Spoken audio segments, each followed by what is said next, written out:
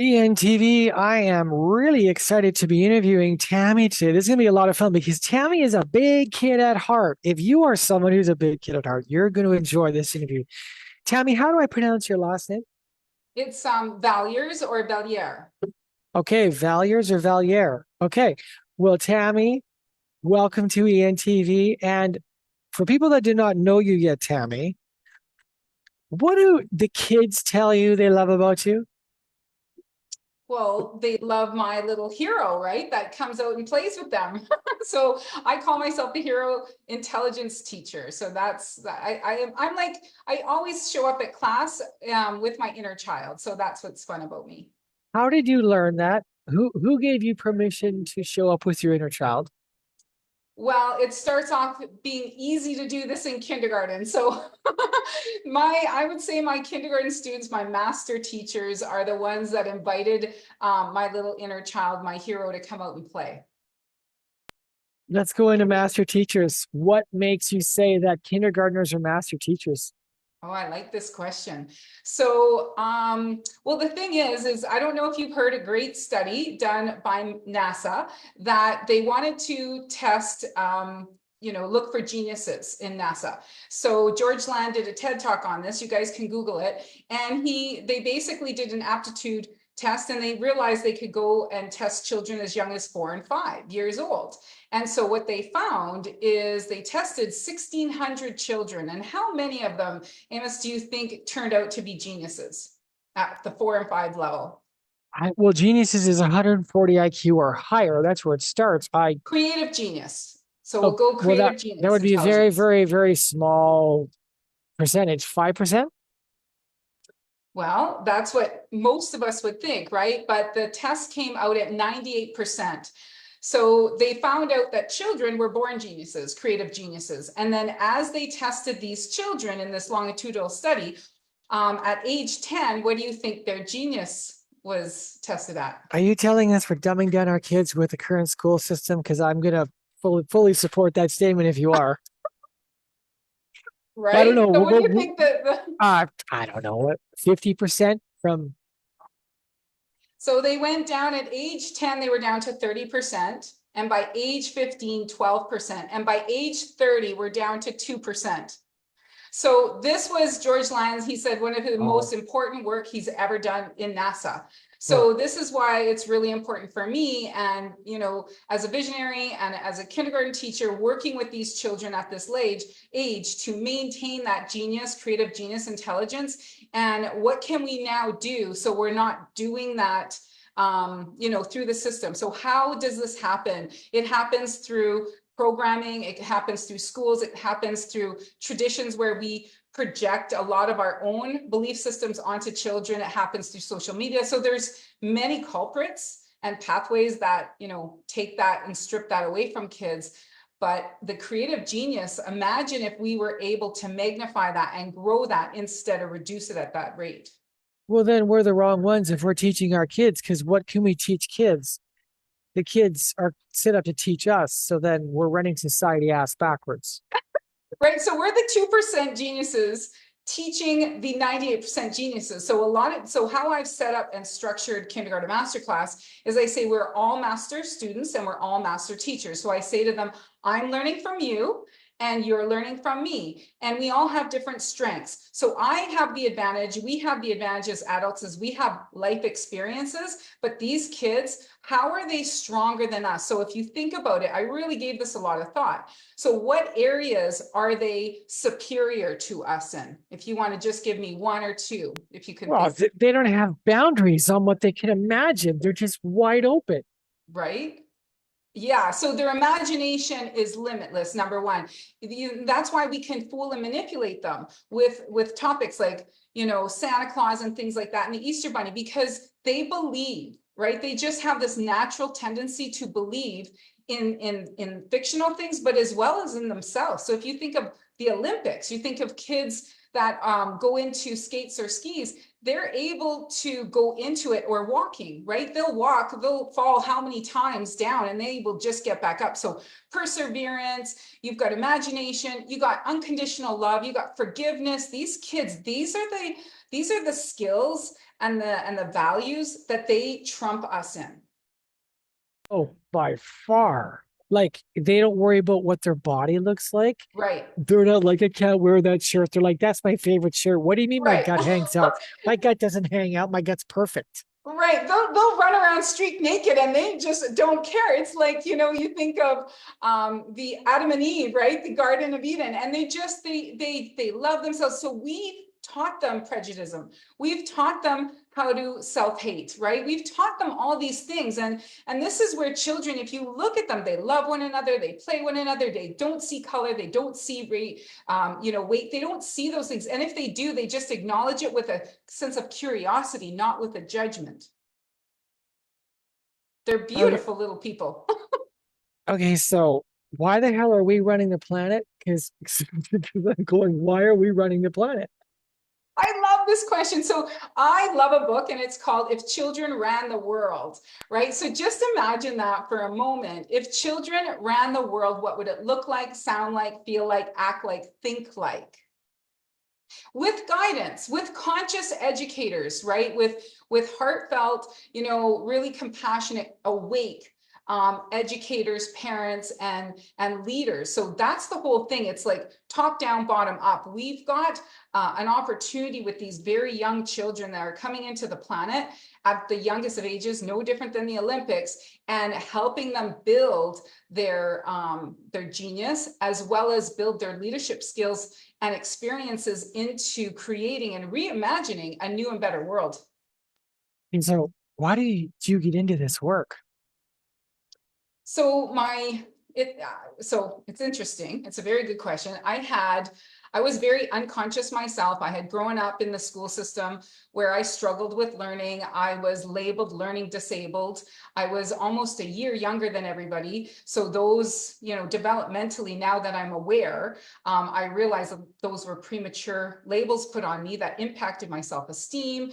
And as I went through the school system, I just didn't feel good about myself. I thought I was stupid. And I didn't realize my genius. I didn't understand my strengths until I went to college and psychology was like, boom.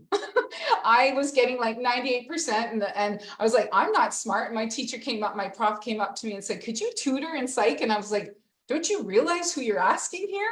And then it was like this epiphany, right? If you judge a fish by its ability to climb a tree, it's going to believe it's stupid, right? So then when I realized I had a strength and I started to play to my strength, and I went in to get my degree in psychology and became a teacher.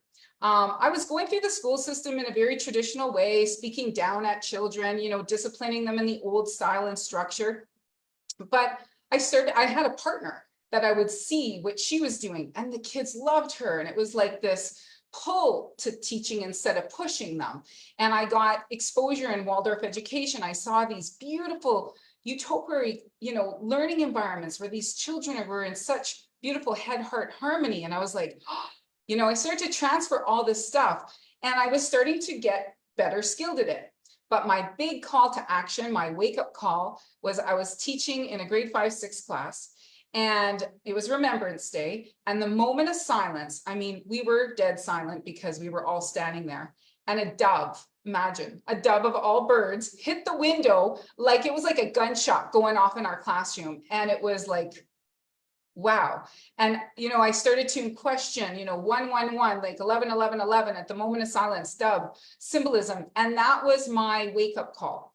And I started to really transform my thinking, my feeling, and I went into more of an entrepreneurial journey, and I dove into spirituality and psychology, and I started to go into this really quest of, why am I here? What's my purpose?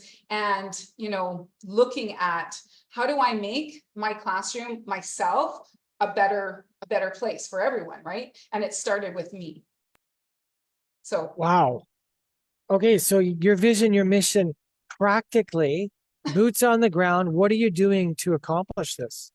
So the dove now symbolizes peace for me, right? That's what it really narrowed down, is peace education.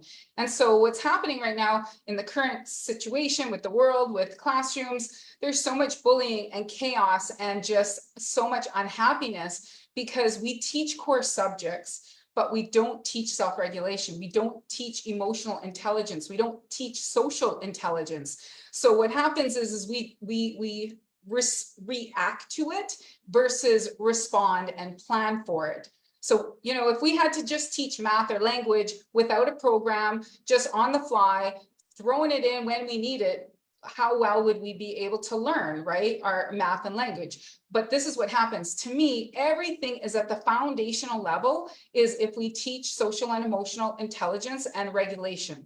So that's the foundation to all success in the home, in work, in school, in the classroom. If you don't have that in place, if people don't feel safe, right? So it's fight or flight, you're not going to be able to learn because you're either going to be stressed out, strung out, or panicking, or you're not going to want to share. And in kindergarten, all of them want to share. They're all putting their hands up. But by grade 8, it's like tweet, tweet, like nobody wants to share because it's not a safe environment anymore. And the kids are afraid to share their words, get bullied, get judged, get criticized. Wow. What do you envision for where you'd like to take a movement of empowering these little creative geniuses? Like what? I'd like to hear more about that. So what I've done is I've realized the power of storytelling. And so what I do is I've basically created Kindergarten Masterclass is something I want to train teachers and educators. I want to create these utopiary, you know, learning environments all around the world. And I've been able to do it no matter what classroom you give me. If I implement a program, 50 minutes a day, no different than the dog whisperer, right? You go in and you teach these kids social and emotional intelligence. And I do it all through the power of storytelling, which is really amazing because we remember stories because they touch our heart, and all through character development. And what's unique about what I've been able to do is I've created a scaffolding. So just like a movie, there's a cliffhanger, right? Each week you're introduced to different characters and different animals throughout the year, and they all build off of one another. So it's no different than a math or a language scaffolding program where you're building off of skills, and it's very dedicated and concentrated and structured like a 50-minute block each day. No different than math, language, science, and all the other subjects. Wow. So are you going around or do you have curriculum? How are you facilitating this? So I've been teaching for over 25 years. So that's the first piece. And right now I've got my foot in education. So I teach still every single day, like 4 days a week. And I teach 3 kindergarten master classes. I deliver prep to 3 different teachers, and I teach that 50-minute block, very similar to STEM, where somebody would come in and teach science, technology, engineering, and math. I teach learning skills, right? I teach leadership skills and life skills. So those are the 3 things that I found that are missing in education. And I feel they're the foundation for every child's success. So what I've done is I've developed that program as a 50-minute block. And I'm now starting to do like a teacher certification of it. And I've partnered also with business entrepreneurial, leaders in the industry, Matthew Torn and Adam Torn, and my business partner, Sylvia Tam, who's a mompreneur raising 3 kidpreneurs. So I've kind of got one foot in education and the other one in business and personal growth and development. Oh, you need to be interviewed in another network I'll introduce you to after. This right up your alley. Okay, what else do you want to talk about? Because I can just see you're just waiting for gas to be poured on the fire. Well, it's such a unique thing. Like I feel like I started in education, but I was called into entrepreneurial, right? The entrepreneurial world. And what's so unique is because I only teach half time, I've got a 1 foot in education and the other foot with the entrepreneurial world. So I'm learning personal growth and development and business strategies. And here's the beauty is I get to cross them over. So usually if you're in entrepreneurial world, you're not in the education world or vice versa. So how do you cross over all this wisdom? And, there's so many amazing skills that you gain as an entrepreneurial. So that's what we're saying, if you start this really young for children, and they predict that the world is changing so rapidly, edupreneurship is going to be what where education is going to move to in the next 10 years. And if we're not preparing kids for this, so that's where a lot of parents are doing homeschooling, or they're doing like business camps and things like that, because they're worried that we're missing these key fundamental things in education. So that's where I feel very privileged to be, rubbing shoulders with you. If I was a school teacher, not in this world, there's no way we would have ever met, right? And I wouldn't have the conversation, the language, and the skill set in both areas.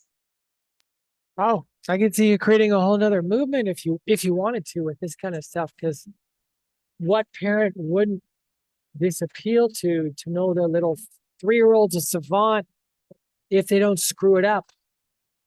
Don't screw your kid up because it's actually a little savant. Yeah. Like that's pretty powerful.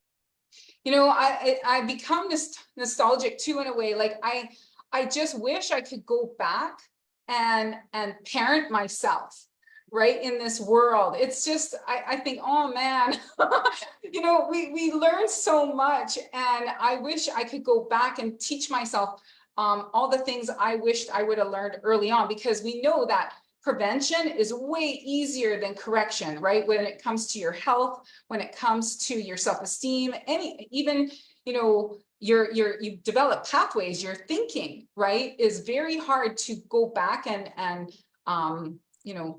uncondition your thought patterns. So that's where I think, oh man, I wish I would have done that, but then you can't sit there and regret. And so what I'm doing with myself is I'm starting with myself now and parenting myself with my head, heart, hands, health, and happiness. And now I can't go back to my childhood, but I can go back to children. I can work with children and parents and educators who desire to create that. Beautiful. What opportunities are there for people that are curious about your stuff? What parents, because you're teaching in a couple schools, but are you going to be bringing out online stuff, curriculum? What do you? Yeah, so the really exciting things is we just started a joint venture partnership with Adam and Matthew, who are two brothers that are like the grandfathers of kidpreneurs, and started the industry, in 1920 or sorry, 20, I can't remember, like about 18 years ago. And so they've been both entrepreneurs since they were 7, 8, 9 years old, right? They started a business, and now, they ended up really owning that space and developing content, curriculum, books for kidpreneurs. So that's one partnership that they've got over 25 years in the business and industry. So that's one of the tiers. And then my business partner, Sylvia, is a mompreneur raising 3 kidpreneurs. Her son, Ben, was hired as the COO of kidpreneurs at 16. So he's rubbing shoulders with some of the top leaders in the industry, like Gary B, right? He went and worked with Gary B in New York City with his team. Like, this kid is just blows our minds, right? And he's developing these skills because she exposed him to all of this stuff early on. So and she's a mompreneur raising 3 kidpreneurs. So she's got, her life experience. And then I'm 25 years in the school industry. So we've taken all of our experiences, combined together, and now created this joint venture called Raising Empowered Kids. So you can go on at raisingempoweredkids.com and you can get weekly newsletters. You can get information, because we write them and give downloads and give you tips and tools and strategies, and include stories, so that you could actually use this in a classroom, or use this as a parent or homeschooling, because you just take what we've taken and just add it onto your year Wow. outline.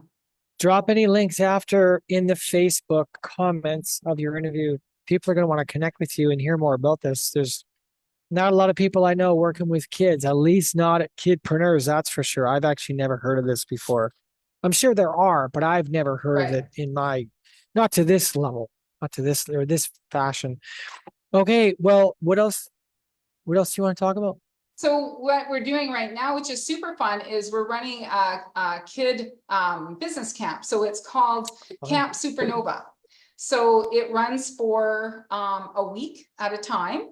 And we have different educators and guides that train with us. They're kidpreneur educators that have gone through the certification, or hero intelligence teachers who are training with us. And then we basically prep these kids for day 1, 2, and 3 to get their business ideas. And then Thursday, day 4, they can put together like their power pitch presentation. And then on day 5, we bring in a kid, famous, like world kind of renowned kid, who's doing really amazing things as a guest speaker. And then they get to watch each other's power pitch presentations for their businesses. So it's been amazing, so much fun. Well, the cool thing is, as you're delivering the message of what you're doing, Tammy, we're all getting a chance to witness what it looks like for someone to love what they're doing in the world, because your eyes are just lighting up as you're talking about it. So you're teaching us, reminding us again of what it should look like if you're in your zone of genius. What's your favorite part of your work? Like working with the little ones, obviously, but what part of working with them? I'm like Walt Disney. I literally have a Disney world of stories and characters. Because if I don't, exactly, you hit it on the nail, head on the nail, right? If I don't love what I do, how am I going to, project that to the kids and have what they love to do? And that's one of the biggest things that we really want to do is alignment. Find your North Star, align with your purpose and your passion, because if you do, you'll never work a day in your life. Like, I love what I do so much. It energizes me. It doesn't deplete me. So people go, oh my goodness, you work with 4 and 5-year-olds. You work with kindergarten. It must be nuts. It must be crazy. I'm thinking, you have no clue. They're the smartest, most best behaved. I would teach them over anybody, and to see their transformations and how much they are eager to learn and how much they fuel my life, I can't even tell you. And if you saw it, it's like a little utopian world. You wouldn't even believe how tranquil, how beautiful. The teachers sit on the bench, the kids run the class. And I'm not kidding you, 4 and 5-year-olds are running kindergarten masterclass. It's magic. Sounds like a Walt Disney thing. Do you know what Or it is? better. Think about this. So what I do, and this is like very like brand new, but if you had 25 leaders, right? They're all master teachers. There's no one to discipline. The trick, and every kid wants to be a leader, right? How many kids are like, I want to be at the front. I want to be the teacher's helper. Every single kid. So I realized it was the winning combination. If I could figure out how to create little leaders, a whole classroom of little leaders, I ring my little bell, and I'm not kidding you. I take my little bell like this, and I ring it. Be still. I don't even have to say be still. It's silent in 2 seconds, the whole class. I don't have a behavior. I have identified autistic. No, it's silent. It's like magic. And that's because they are all little leaders, and I speak up to them, no different than I would a principal, superintendent. They are my masters, and they respond. Wow. So you've given them a purpose, an identity, a calling. They have a place. They're not little subordinates. They have responsibilities. So you're elevating them. They're rising up. Wow. That's it. When you expect the best from children, the best shows up. So when I come in, I just play my music. So we start in meditation. We start with the lights off. I start Masterclass. It's very calm music. When I come in, even if it's outside, I'll come in, and they know when that bell rings that I'm coming to teach Masterclass. I'll see them all line up outside. I'm not even out there yet. I open the door, and they're like this. And it's recess, and this is all developed. It's because one little leader started, and then others start to follow, and then I praise them. I'm like, oh my master teachers are already ready before class starts, and they all want to do it. So it's like, if you can tip the scales, if it's hard if you have like a lot of behaviors in your class, but here's the thing, those behaviors, if you understand psychology, they're usually your alpha. right? Your alpha dominant personality. If you could teach them how to use that leadership in good and kind leadership ways, and you can empower them and teach them how to step into a leadership role and enforce that, then they become your leaders and all the rest will follow. But when they're misbehaving, they're the leaders. Everybody else is going to misbehave. So part of it is my degree in psychology and what I was really good at. I was able to understand it. So, and like the dog whisperer, the horse whisperer, you know, he came here showing us a new and different way versus hitting and those old styles of discipline. And when you think of like hearing eye dogs or police dogs, they are partners and they have trained them from puppies how to work together. And that's what I figured out with children. Wow. You're giving them a mission. And a lot of those little misbehaving, especially boys, when they get a mission, wow, they get locked in. I'm just so excited listening to this. This is amazing. Okay, we got to wrap it up. ENTV, please reach out to Tammy. Let her know in the comments. There's already comments what you appreciate. I'm going to link you up with one other group I'd like you to interview with. It's called the Be Awesome Network. Lori Phillips would love to interview you. I'm already booked. Okay. We're already doing it. I think you should interview with Cindy Gould as well. She is the Victory Network, and to teach kids, Cindy would be all over this. So I'll link you up with Cindy. Closing remarks, Tammy, before we wrap. We'll keep chatting off camera for a bit after we bounce, but closing remarks from you? I'm going to just end it the way I always end it. The hero in me, Amos, sees the hero in you. Boom. ENTV today. Please let Tammy know in the comments what you appreciate about. We're going to keep chatting. Please connect with her. She'd love to connect with you. Thank you, Tammy. Thank you.